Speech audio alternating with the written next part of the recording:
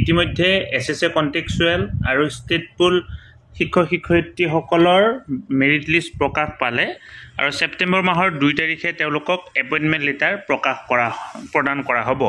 এতিয়া কথা হ'ল তেওঁলোকক কোন বিদ্যালয়ত কাৰণে এপইণ্টমেণ্ট লেটাৰ প্ৰদান কৰা হ'ব। বৰ্তমান যিখন বিদ্যালয়ত তেওঁলোকে কৰ্মৰত সেই বিদ্যালয়তে তেওঁলোকক এপইণ্টমেণ্ট দিয়া হ'ব নে আন বিদ্যালয়ত তেওঁলোকক এপইণ্টমেণ্ট দিয়া হ'ব, এই লৈ ছাৰ বাইদেউসকলৰ মাজত এটি উৎকণ্ঠা চলি আছে আৰু আজি ভিডিঅ'টোৰ জৰিয়তে সেই কথাটো ক'বৰ কাৰণে চেষ্টা কৰিম। শিক্ষামন্ত্ৰী মহোদয়ে এক বিশেষ পোষ্ট দিছে। এই পোষ্টটোৰ জৰিয়তে নতুনকৈ এপইণ্টমেণ্ট পাবলগীয়া ছাৰ বাইদেউসকলে অৰ্থাৎ ৰেগুলাৰ পোষ্টত এপইণ্টমেণ্ট পাবলগীয়া ছাৰ বাইদেউসকলে ক'ত তেওঁলোকে এপইণ্টমেণ্ট পাব, নতুনকৈ বেলেগ বিদ্যালয়ত এপইণ্টমেণ্ট পাব নে বৰ্তমান কাম কৰি থকা বিদ্যালয়খনতে এপইণ্টমেণ্ট পাব, সেই বিষয়ে এটি বিশেষ টুইট কৰিছে।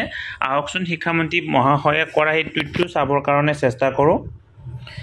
এইটো হৈছে শিক্ষামন্ত্ৰী মহাশয়ৰ এটি বিশেষ টুইট। ইয়াতে তেখেতে উল্লেখ কৰিছে, the teacher will be posted in the same schools where they are presently serving as SSA/ state pool contextual teacher. অৰ্থাৎ তেওঁলোকে বৰ্তমান যিখন বিদ্যালয়ত কৰ্মৰত সেই বিদ্যালয়খনতে তেওঁলোকক কি কৰা হ'ব, এপইণ্টমেণ্ট দিয়া হ'ব।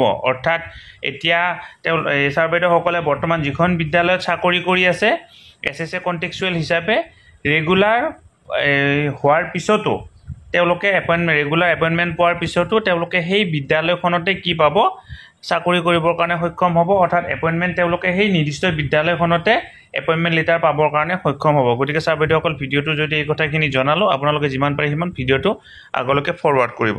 ধন্যবাদ।